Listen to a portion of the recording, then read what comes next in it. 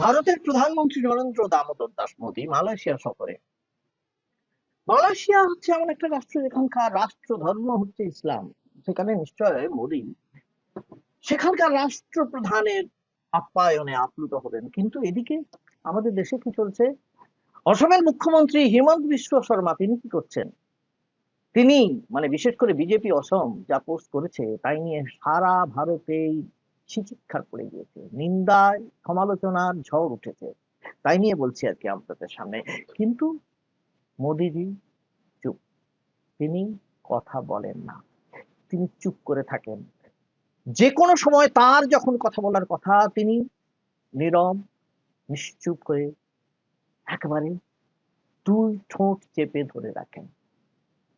নমস্কার, আমি গৌতম বন্দ্যোপাধ্যায় আর আপনারা দেখছেন গৌতম ব্যানার্জি অফিসিয়াল। যারা আমার চ্যানেল দেখছেন তাদের কাছে আমার অনুরোধ যে আমার চ্যানেলটাকে আপনারা সাবস্ক্রাইব করুন, কমেন্ট করুন, শেয়ার করুন। আর ওই যে তলায় যে বেলটা আছে, নোটিফিকেশন আইকনটা আপনারা অন করে দিন। যেটা বলছি আমি, এই কি করেছেন আমাদের হিমন্ত বিশ্ব শর্মা, তিনি অবশ্য করেই থাকেন, এমন নয় যে তিনি এটা নতুন করেছেন, কিন্তু এবারে যেটা করেছেন সেটা কিন্তু খুব সাংঘাতিক। এবং কিরকম সাংঘাতিক? এআই সহযোগে একটা ভিডিও বানানো হয়েছিল কেন হয়েছিল বলছে এই জন্য বলে দিচ্ছি কেন। সেখানে অসমের মুখ্যমন্ত্রীকে দেখা যাচ্ছে যে দাঁড়িয়ে আছেন তিনি, যেন মনে হচ্ছে ওয়েস্টার্ন হিরো। এবং অসমের বিজেপি যা পোস্টটা করেছে, যে ভিডিওটা করেছে, সেখানে দেখা যাচ্ছে হিমন্ত বিশ্ব শর্মা বন্দুক দিয়ে তাক করে আছে। আর এই বন্দুকের নিশানায় রয়েছেন কারা? দেখুন তো কারা, চিনতে পারছেন নিশ্চয়ই। চিবুকে দাড়ি, ফেস টুপি পরা কিছু মানুষ, বুঝতে কি অসুবিধা হয় তারা কারা? প্রবল ট্রোল এবং সমালোচনার মুখে পড়ে সোশ্যাল মিডিয়া থেকে অবশ্যই ভিডিও তুলে নেওয়া হয়েছে। ওই জন্যই বলছি হয়েছিল, কিন্তু তুলে নেওয়া হলে কি হবে? তার রেশ তো গভীরভাবে ছড়িয়ে গিয়েছে সমাজের বিভিন্ন স্তরে। আর তার অন্তর্নিহিত বার্তাটিও মানুষের কাছে পৌঁছতে কিন্তু বিন্দুমাত্র সময় লাগেনি। এরপরে হোয়াটসঅ্যাপের মাধ্যমে কি এটা সারা ভারতের কাছে, সারা পৃথিবীর কাছে পৌঁছে যাবে না? যাবে। বন্দুকের নিশানায় যারা রয়েছে তারা যে মুসলিম তা তো একটি শিশুও জানে। এই ভিডিওতে দেখা যাচ্ছে শর্মা দাঁড়িয়ে আছেন, ওই যে বললাম আপনাকে, ওয়েস্টার্ন ছবির নায়কের মতো। পোস্টের মাঝে লেখা বিদেশি মুক্ত অসম। কে বিদেশি? ভারতীয় মুসলমানরা বিদেশি? যে মুসলমানরা ভারতে থেকে গিয়েছেন হিন্দুদের সঙ্গে পাশাপাশি, স্বাধীনতার পর থেকে থেকে গিয়েছেন, এই দেশটাকে নিজের দেশ মনে করে, যারা এমনকি পাকিস্তান থেকে চলে এসেছেন, এমনও ভারতীয় আছেন। তাদের মধ্যে আছেন বড়ে গোলাম আলী খাঁয়ের মতন সঙ্গীতজ্ঞ। তারা কি, তাদের উত্তর পুরুষরা কি, তারা বিদেশি? এই কথাটা কি বোঝাতে চাইছেন আমাদের এক রাজ্যের মুখ্যমন্ত্রী, বিজেপি মুখ্যমন্ত্রী? ছবির ক্যাপশনটা দেখুন, পয়েন্ট ব্ল্যাঙ্ক শট, ওয়ান্ডারফুল। এই ভিডিওটা অবশ্য হু করে ছড়িয়ে যাওয়ার পরেই দেশ জুড়ে নিন্দার ঝড় উঠেছে। এমনকি অবসরপ্রাপ্ত আইএএস, আইএফএস এবং আইপিএস এর একটি সংগঠন অবিলম্বে একটা বিবৃতি জারি করেছে। তাতে লিখেছে, even judging by the ugliness of the hate speeches being used by politicians all over the country these days, particularly when states are facing elections, the nastiness of the recent speech of Himant Biswa Sarma, the Chief Minister of Assam, comes as a shock to citizens of this country. দেশে যা চলছে, বিশেষত যখন বিভিন্ন রাজ্যে নির্বাচন চলছে বা শুরু হতে চলেছে, তখন এই হিমন্ত বিশ্ব শর্মার সাম্প্রতিক বক্তব্যের নিরীক্ষেও বলা যায় অসমের মুখ্যমন্ত্রীর এই পোস্ট ভারতীয় নাগরিকদের কাছে একটা ভয়াবহতা বয়ে নিয়েছে। স্বভাবতই বিরোধীরা নেমে পড়েছেন রে রে করে। নামার কিছু কথা নয়। যেমন তৃণমূল সাংসদ সাগরিকা ঘোষ বলেছেন দৃষ্টান্তমূলক শাস্তি দিতে হবে শর্মাকে। কংগ্রেসের কেসি বেণুগোপাল বলেছেন বিষ ছড়ানো হচ্ছে দেশ জুড়ে। আর এই সঙ্গে কংগ্রেস নিজেরা একটা ভিডিও পোস্ট করেছে ছোট, যাতে দেখানো হচ্ছে কিভাবে বিষটা ছড়িয়ে যেতে পারে। আপনারা দেখেন। नरेंद्र मोदी ने अपने नेताओं को नफरत फैलाने की खुली छूट दे रखी है। असम के बीजेपी ऑफिशियल हैंडल से हुआ ये पोस्ट इसी बात का सबूत है, जिसमें असम के CM Himanta Biswa Sharma point blank पर अल्पसंख्यकों को निशाना बना रहे हैं। ये कुछ और नहीं बल्कि नरसंहार का खुला आह्वान है। ये कोई मामूली ट्रोल कंटेंट नहीं है जिसे नजरअंदाज किया जा सके। ये वो जहर है जो सत्ता के लिए बीजेपी समाज में घोल रही है। इसके पहले भी मोदी के लाडले हिमंता ने मुसलमानों को परेशान करने के लिए खुलेआम बयान दिया था। ये बेहद संवेदनशील मामला है, जहां देश की गंगा जमुनी तहजीब और भाईचारे पर हमला कर खुलेआम नफरत भड़काई जा रही है। ऐसी विचारधारा परोसने वालों के खिलाफ कड़ी कार्रवाई होनी चाहिए। ये माफी के काबिल नहीं है। যোগেন্দ্র যাদব একটি পোস্টে এই ঘটনার নিন্দা করে হীরেন গোসাই সহ 43 জন বুদ্ধিজীবীর অবস্থানের একটা প্রশংসা করে পোস্ট করেছেন। ওই বুদ্ধিজীবীরা গুয়াহাটি হাইকোর্টে শর্মার বিরুদ্ধে একতরফা ব্যবস্থা নেওয়ার মানে মামলা করার আর্জি জানিয়েছেন আদালতে। আদালত ছাড়া আর উপায় কি? কারণ শর্মার দলের প্রধান নেতার 56 ইঞ্চি ছাতি নিয়ে যতটা গর্বিত হয়ে থাকেন বা নেহরুকে কাঠগড়ায় তুলতে ব্যস্ত থাকেন, তার কিয়দংশ নিজের সরকারের ত্রুটি, সামান্য ত্রুটি স্বীকারে ব্যয় করেন না। আর সংখ্যালঘুদের প্রতি নির্দিষ্ট মনোভাব তৈরিতে তিনি এবং তার দল সিদ্ধহস্ত, যার জন্য তার জয়ের পথ প্রশস্ত হয়।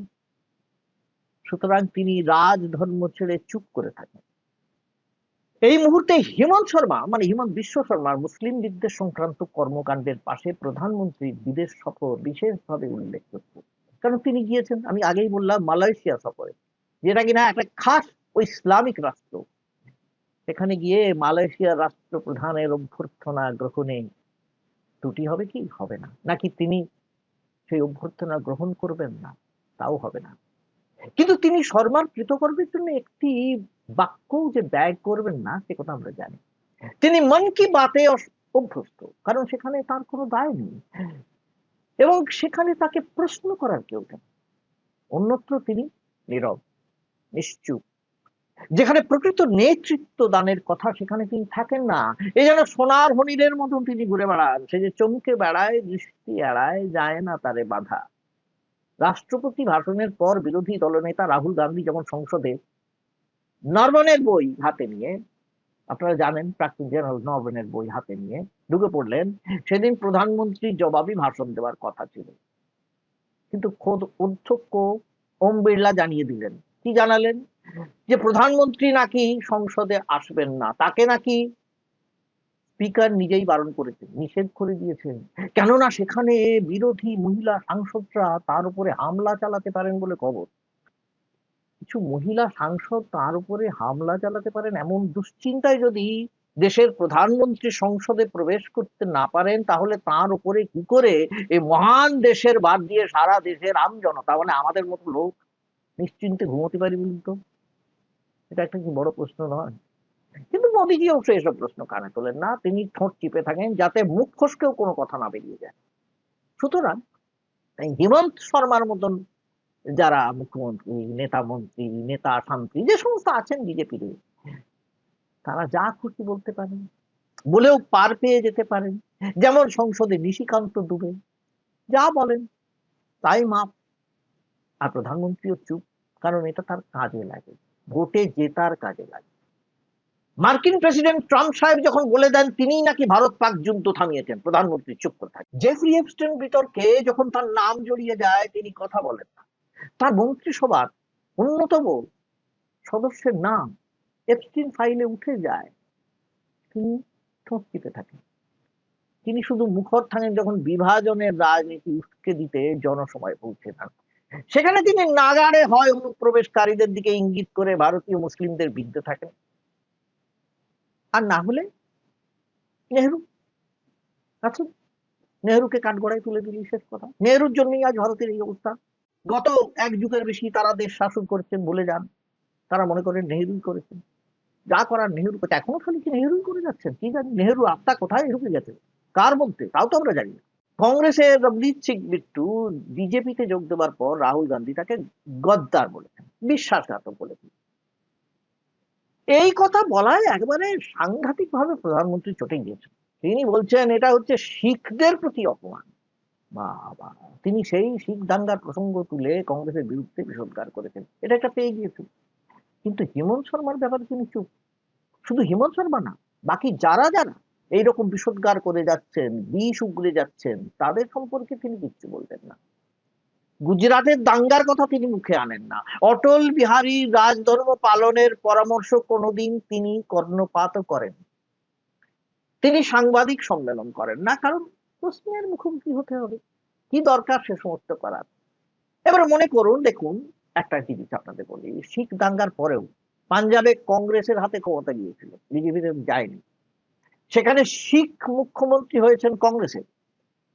এমনকি কেন্দ্রে মনমোহন সিংয়ের মতো শিক্ষিত শিখের হাতে প্রধানমন্ত্রীদের ভার সঁপেছে কংগ্রেস দুবার। সেই প্রধানমন্ত্রী যাকে সারা বিশ্ব মেনে নিয়েছে, তাকে কটাক্ষ করতে, ব্যঙ্গ করতে ছাড়েননি মোদীজি, তখন শিখদের অপমান হয়নি। অদ্ভুত কথা।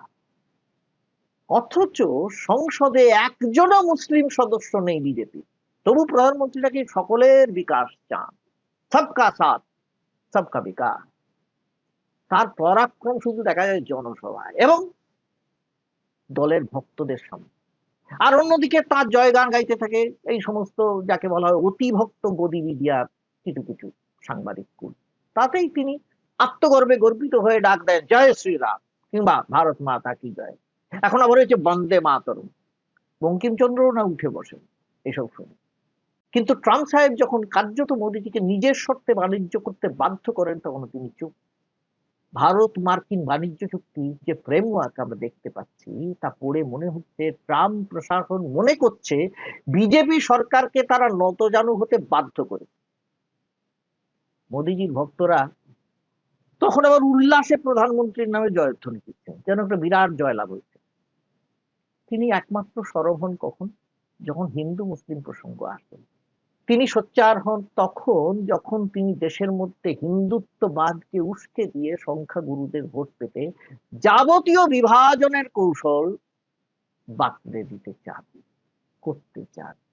তিনি যে হেমন্ত বিশ্ব শর্মার মুখের ভাষা বা বুলডোজার চালিয়ে মুসলিমদের বাড়ি ঘুরিয়ে দেওয়া, অথবা গরিব রিক্সাওয়ালাকে 5 টাকা ভাড়া চাইলে তাকে 4 টাকা দেওয়ার পরামর্শকে অন্যায় বলে মনে করবেন না, তাতে আর আশ্চর্যের কি আছে?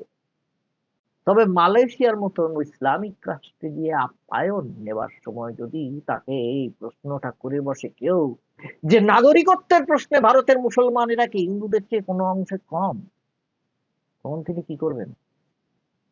প্রকৃতই চুপ করে থাকা ছাড়া তার সামনে আর কোনো বিকল্প থাকবে কি? থাকবে না। আজ এই পর্যন্তই। ভালো থাকবেন সবাই। আবার আপনাদের সঙ্গে দেখা হবে পরের এপিসোডে। নমস্কার।